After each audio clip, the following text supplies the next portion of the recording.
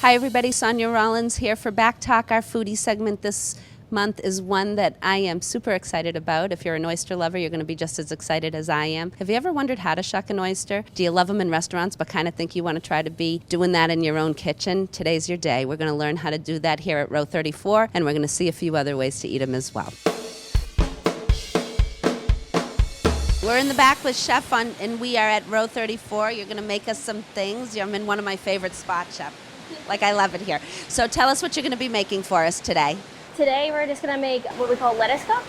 It's just a quick fried oyster with some pickled vegetables and a nice togarashi aioli sauce on top. So I'm just taking these and I'm going to dust them in some rice flour, and then I'm just going to fry these bad boys up. So how long do oysters take to fry? Not very long, maybe a minute, maybe two, depending on how big. This is a really interesting way you're doing it too. It's being fried, but it's not like a deep fryer. Like, people could do this at home. Yeah, this is just same thing as a deep fryer. It's just on the tabletop. Yeah, this is totally something people can do at home very easily. I'm noticing in the kitchen that there's someone frying the potato chips. Are they all house-made, your potato chips? Yes, they are. They're sliced every day and fried every day. We do a blend of sweet potatoes, plantains, and tortilla chips for our ceviches. I mean, I know we're here for oysters, but that's amazing. You want to cook these so they get nice and little color on the outside and so they're fully cooked on the inside. And there they are. Whenever you fry things, always a little bit of salt to season. Lettuce cups, we're just going to take some Bib lettuce here, some nice little cups. Now we have house-made pickled fennel and carrots, just a little bit. These are pretty powerful pickles. You don't need much. And my personal favorite, pickled red onions. These are cold pickled, so it helps them retain a lot of their punch. Yes. And these are onions still through and through, so you only need a little bit. Then our oysters go right on top of that. It's a great appetizer to share, something, different than most places have. This is togarashi aioli. We make an aioli first, and then we season it with lime juice, orange juice, and togarashi with sriracha as well. Togarashi is an Asian spice blend. It has orange peels in it, which really brings the citrus flavor. So a little bit on top, and that's it. Beautiful. Simple, but really flavorful. If I worked here, I'd eat like 7,000 oysters a day. So we have cocktail sauce here with a little bit of extra horseradish on the side. Yep. We've got your classic white wine mignonette with a little bit of fresh cracked black pepper on top, and shallots as well. And then over here we have what we call a spicy mignonette. So it's Fresnos with white wine and rice wine vinegar, topped with a little bit of cilantro. So it gives it a little nice kick to it. For oysters, obviously the first thing you need is have an oyster knife. Definitely a lot of different varieties out there. There's ones like this, nice comfortable handle, nice clip, pointy tip.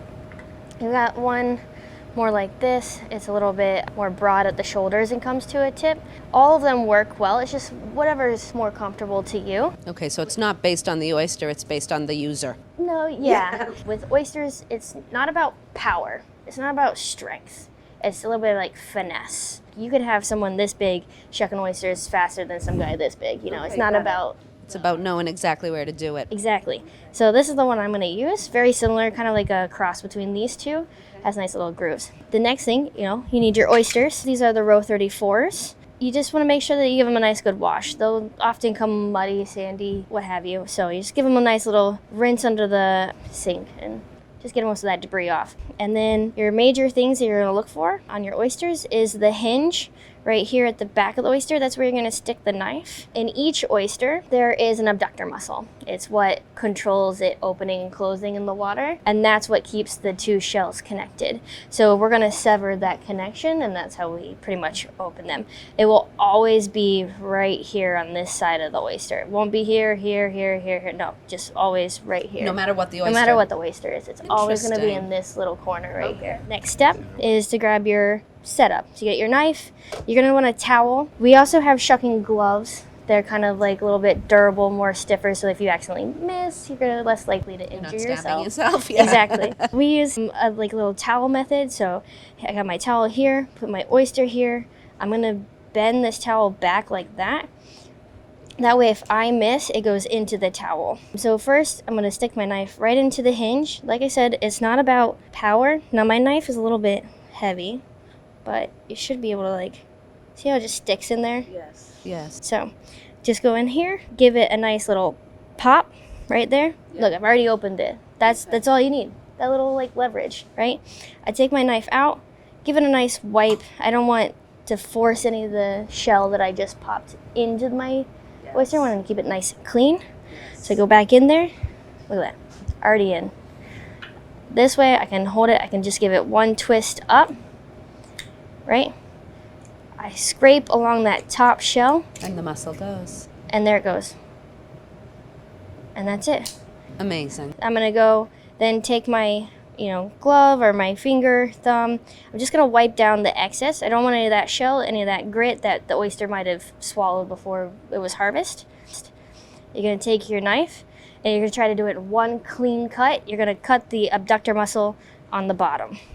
So there's one on the top, one on the bottom. Yep, and that's it.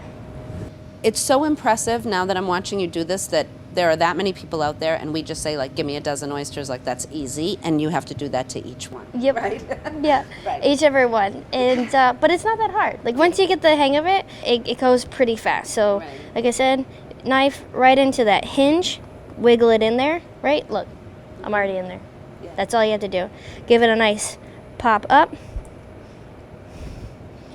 A little twist to kind of pop that shell up. I like to put my thumb in there just to keep it open. Yeah. And I can get a nice good scrape on that top. And it releases that one right there.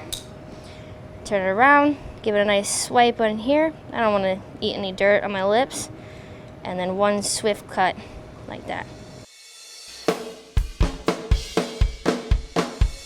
I hope you enjoyed today's segment as much as I did. If you have not been to Row 34, located at the District in Burlington, you are missing out. Please come down and join them. Try out the lettuce cups, try out the raw oysters, and if you're not a person who loves oysters, give them a run. I think you'll really enjoy them here. They have a full menu. There's something for everybody here. It is a great place not only in the summer, but all year long. For Back Talk, I'm Sonia Rollins.